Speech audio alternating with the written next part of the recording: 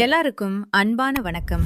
நம்மளுடைய துலாம் ராசி நேயர்களே, இன்னைக்கு நாம பார்க்க போற இந்த முக்கியமான வீடியோ பதிவுக்குள்ள முழுமையா போறதுக்கு முன்னாடி நம்ம எல்லோரையும் காக்கக்கூடிய அந்த தமிழ் கடவுளான முருகப்பெருமான மனதார முழு பக்தியோட வேண்டி வணங்கிட்டு அப்புறமா இந்த பதிவுக்குள்ள போகலாங்க. ஓம் முருகா போற்றி, ஓம் முருகா போற்றி, ஓம் முருகா போற்றி. என்னை காக்கும் அன்பு தெய்வமே முருகப்பெருமானே போற்றி.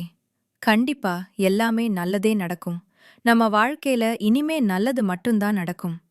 பொதுவாவே நம்மளோட துலாம் ராசிக்காரங்க ரொம்ப மெதுவா, அதே சமயம் ரொம்ப ரொம்ப நிதானமா வாழ்க்கையில அடி எடுத்து வச்சு நிச்சயமா வாழப் போறவங்க.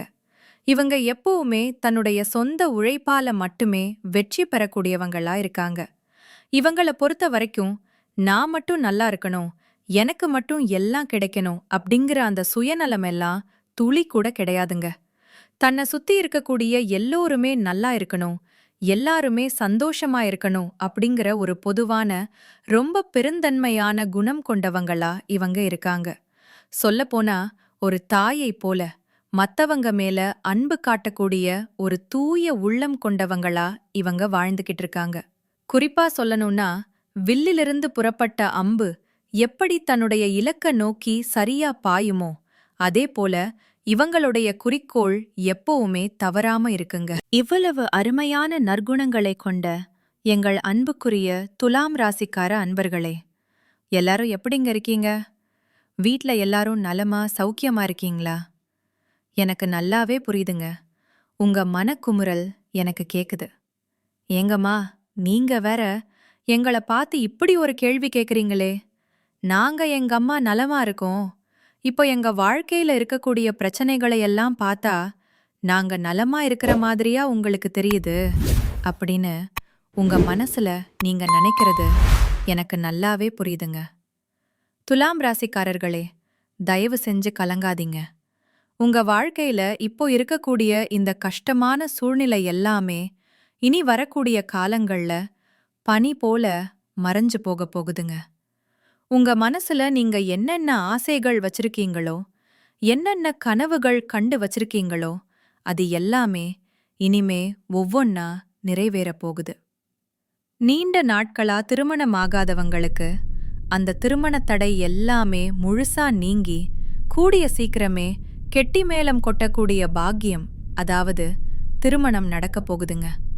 அதேபோல திருமணமாகி பல வருடங்கள் ஆகியும் குழந்தை பாக்கியம் இல்லாதவர்களுக்கு இனி அழகான குழந்தை பாக்கியம் கிடைக்கப் போகுதுங்க. அது மட்டும் இல்லாம பூர்வீக சொத்து ரீதியாக, அதாவது பரம்பரை சொத்து சம்பந்தமா இருந்த அனைத்து பிரச்சனைகளுக்கும் ஒரு நிரந்தரமான தீர்வு கிடைக்கப் போகுது. உங்களுக்கு வரவேண்டிய அந்த பூர்வீக சொத்து எந்த தடங்களும் இல்லாம இனி பத்திரமா உங்க கையில வந்து சேரப்போகுதுங்க. இனிமே நீங்க புதுசா நிலம் வாங்க போறீங்க, சொந்தமா கார் வாங்க போறீங்க. மொத்தத்துல சொல்லணும்னா உங்க வாழ்க்கையே ஒரு அருமையான பொற்காலமான வாழ்க்கையாக மாறப்போகுது. அது மட்டும் இல்லாம ஏதோ ஒரு காரணத்தால உங்களை விட்டு பிரிந்து சென்ற உறவுகள் எல்லோருமே இனி வரக்கூடிய காலங்கள்ல அவங்களாவே மனசு மாறி உங்களை தேடி வரப்போறாங்க. ஆக மொத்தம் உங்க வாழ்க்கையிலிருந்த அனைத்து பிரச்சனைகளுக்கும் ஒரு நல்ல தீர்வு கிடைக்கக்கூடிய மாதமாக உங்களுக்கு இந்த மாதம் அமைஞ்சிருக்குதுங்கிறத நீங்க மனதார நம்புங்க. நம்மளோட துலாம் ராசிக்காரங்களுக்கு வாழ்க்கையில் நடக்கும் எந்த ஒரு நல்ல விஷயமும் பெரும்பாலும் ஒரு நண்பரால் தான் நடக்கும். ஆனா ஒரு சின்ன எச்சரிக்கை, துலாம் ராசிக்காரர்களின் நட்பு எப்பவுமே ஒரு தேவைக்காக மட்டுமே இருக்கணும்.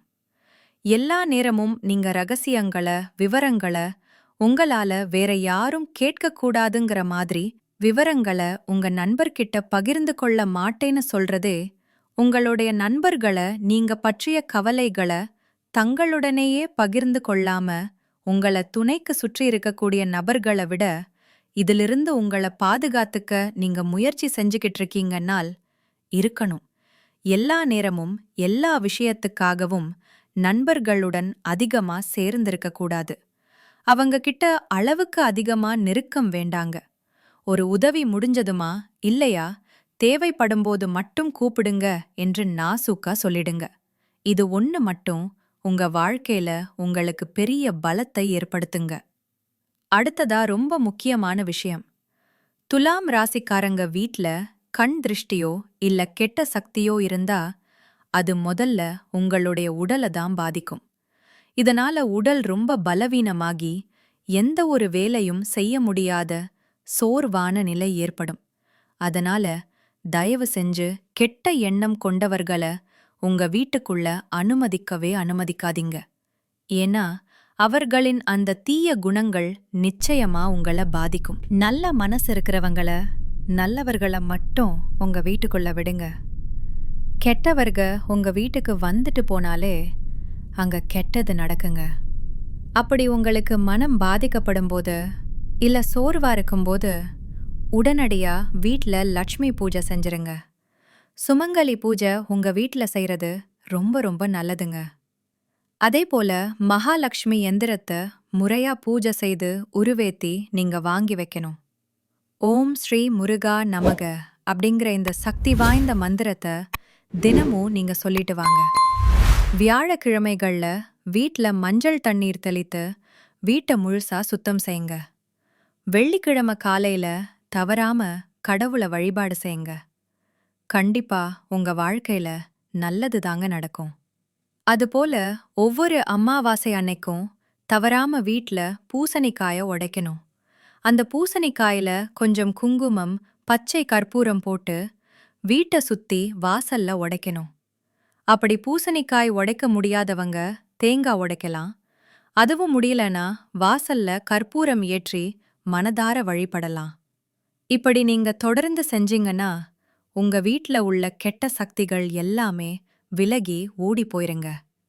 நிச்சயமா உங்க வீட்ல இனி அந்த கெட்ட சக்திகள் வரவே வராதுங்க.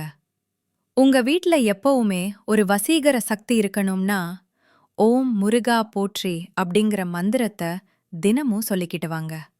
இந்த மந்திரத்தை நீங்க சொல்வதன் மூலமாக நீங்க அறிஞ்சோ அறியாமலோ செஞ்ச பாவங்கள் எல்லாமே விலகி போயிரும். உங்க மனம் ரொம்ப சுத்தமா தெளிவா மாறிருங்க.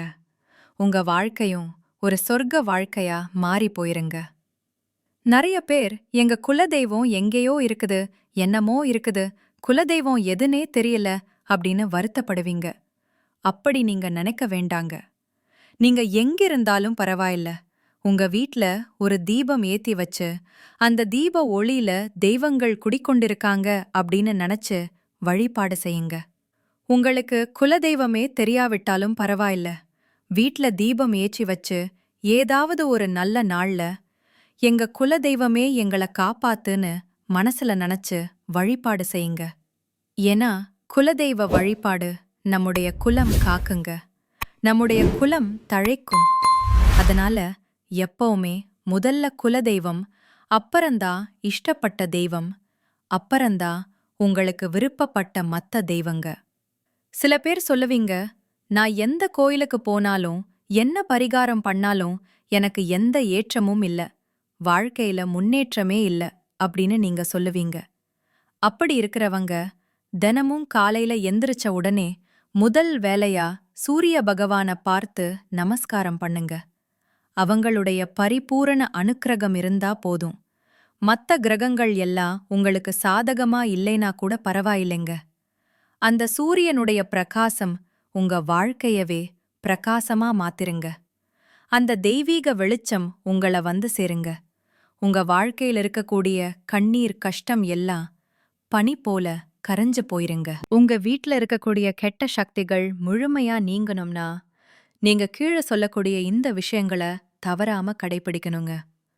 வார வாரம் செவ்வாய்க்கிழமை அன்னைக்கு தவறாம முருகப்பெருமான வழிபாடு செய்யுங்க. தினமும் மாலை நேரத்துல வீட்ல நல்லெண்ணெய் அப்படி இல்லனா சுத்தமான நெய் ஊத்தி விளக்கு ஏத்துங்க. ஓம் சரவண பவ அப்படிங்கிற மந்திரத்தை தினமும் ஒரு 11 முறை பக்தியோட சொல்லிக்கிட்டு வாங்க.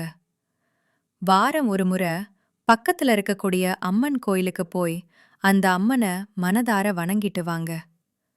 அதே போல பிரதோஷ நாட்கள்ல சிவபெருமான போயிட்டு வணங்கிட்டு வாங்க. முக்கியமா செவ்வாய்க்கிழமை அன்னைக்கு அசைவம் சாப்பிடுறத தவிர்க்கிறது ரொம்ப ரொம்ப நல்லதுங்க. கோயில்ல குங்கும அர்ச்சனை செய்யறது உங்களுக்கு ரொம்பவும் நல்லதுங்க. வீட்ல எப்பவுமே கொஞ்சம் வேப்பிலைய வச்சிருங்க. இது கெட்ட சக்திய விரட்டும். நவ கிரகத்துல செவ்வாய் பகவானுக்கு வழிபாடு செய்ங்க. வீட்ல கண் திருஷ்டி போக ஒரு திருஷ்டி பொம்மைய வாசல்ல தொங்க விட்டுருங்க. செவ்வாய்க்கிழமைகள்ல முடிஞ்ச வரைக்கும் சிவப்பு நிற உடை அணிஞ்சுக்கோங்க. நெற்றியில எப்பவுமே குங்குமம் சந்தனம் வச்சுக்கோங்க. வலது கையில ஒரு செம்பு காப்பு போட்டுக்கோங்க. இது உடம்புக்கு ரொம்ப நல்லது. வாரத்துக்கு ஒரு முறை கொஞ்சம் கடுகு உப்பு வச்சு உங்களுக்கு நீங்களே திருஷ்டி சுத்தி போட்டுக்கோங்க. வீட்டை தினமும் சுத்தமா சுகாதாரமா வச்சுக்கோங்க. உடைந்த கண்ணாடி துண்டுகளோ பழைய உடைந்த பொருட்களோ இருந்தா தயவு செஞ்சு அதையெல்லாம் உடனே வீட்டிலிருந்து அகற்றிருங்க. நீங்க வெளியே எங்கேயாவது போறதுக்கு முன்னாடி உங்க இஷ்ட தெய்வத்தை மனசுல நினைச்சிட்டு கும்பிட்டுட்டு வெளியில கிளம்புங்க. காரியம் ஜெயமாகும். சரியான நேரத்துல, அதாவது உறங்குற நேரத்துல சரியா உறங்குங்க. காலையில எழுந்ததும் வெறும் வயிற்றுல கொஞ்சம் வெந்நீர் குடிங்க.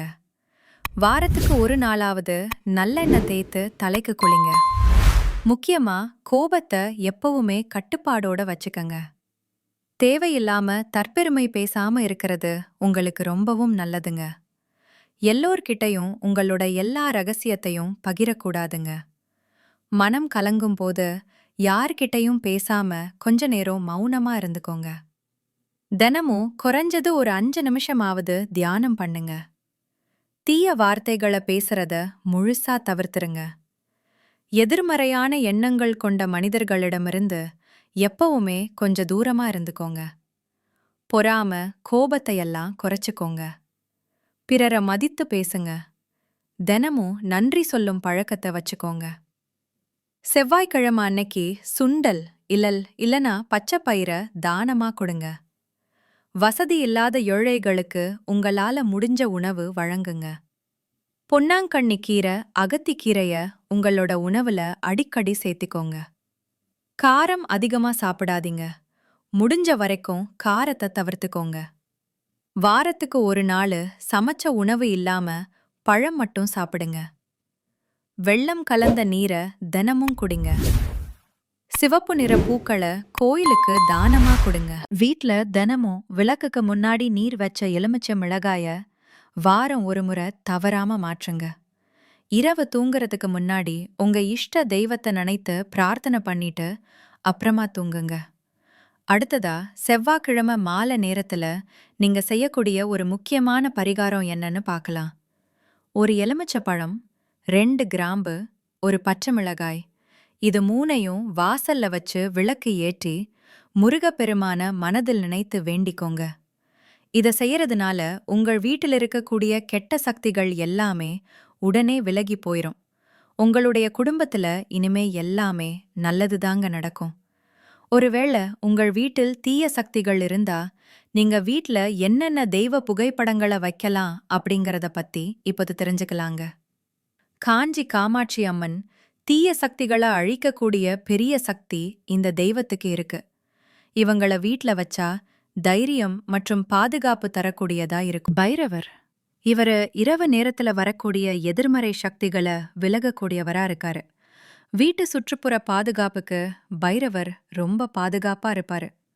நரசிம்மர், தீய சக்திகளை முற்றிலும் அழிக்கக்கூடிய அபாரமான சக்தி இவருக்கு இருக்கு. சக்தி வாய்ந்த பாதுகாப்பு தெய்வமா இவர் இருக்காரு. சாய்பாபா, மன அமைதியை அளிக்கக்கூடிய தெய்வமா இவர் இருக்காரு. தீய எண்ணங்கள், கவலைகளை விலக்க இவர் எப்பவுமே உங்களுக்கு துணையா இருப்பாருங்க. இந்த படங்களை எல்லாம் வீட்டின் வடகிழக்கு மூலையில நீங்க தெய்வ புகைப்படங்களை வைக்கலாங்க. கிழக்கு அல்லது வடக்கு சுவர் இருக்கிற இடம் சுக்கிரன் சுபகிரகங்க. ஆனா அவர் அசுர குருவாக இருப்பதால வாழ்க்கையில சில சவால்கள் இருக்கலாங்க. இப்போ சுக்கிரன் கடகம் ராசிக்கு பெயர்ச்சி ஆகிறதுனால நம்மளுடைய துலாம் ராசிக்காரங்களுடைய வாழ்க்கையில சின்ன சின்ன மாற்றங்கள் வர வாய்ப்பு இருக்குதுங்க.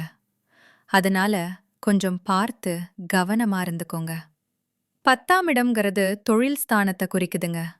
சுக்கிரன் நல்ல நிலையில இருந்தா கலை, இசை, அழகு சார்ந்த விஷயங்கள்ல நீங்க அதிகமா ஆர்வம் காட்டுவீங்க. சுக்கிரன் நல்ல நிலையில இருந்தா துலாம் ராசிக்காரங்க ரொம்ப அழகா இருப்பாங்க. கலை, இசை, அலங்காரத்துல இயல்பாவே ஆர்வம் காட்டுவாங்க. இவங்க எப்பவுமே அமைதியாகவும் நியாயமாகவும் நடந்து கொள்வாங்க. இவங்களுக்கு நண்பர்கள் எப்பவுமே அதிக லெவல்ல இருப்பாங்க. இனி வரக்கூடிய காலங்கள்ல வேலை, பயணம், பதவி உயர்வு, அரசாங்க ஆதரவு மற்றும் சமுதாயத்துல ஒரு பெரிய நல்ல பெயரெல்லாம் இவங்களுக்கு கிடைக்கும். கண்டிப்பா உங்களுக்கு நல்லதே நடக்கும். நல்லது மட்டும்தான் நடக்கும். நம்பிக்கையோட இருங்க. நன்றி. வணக்கம்.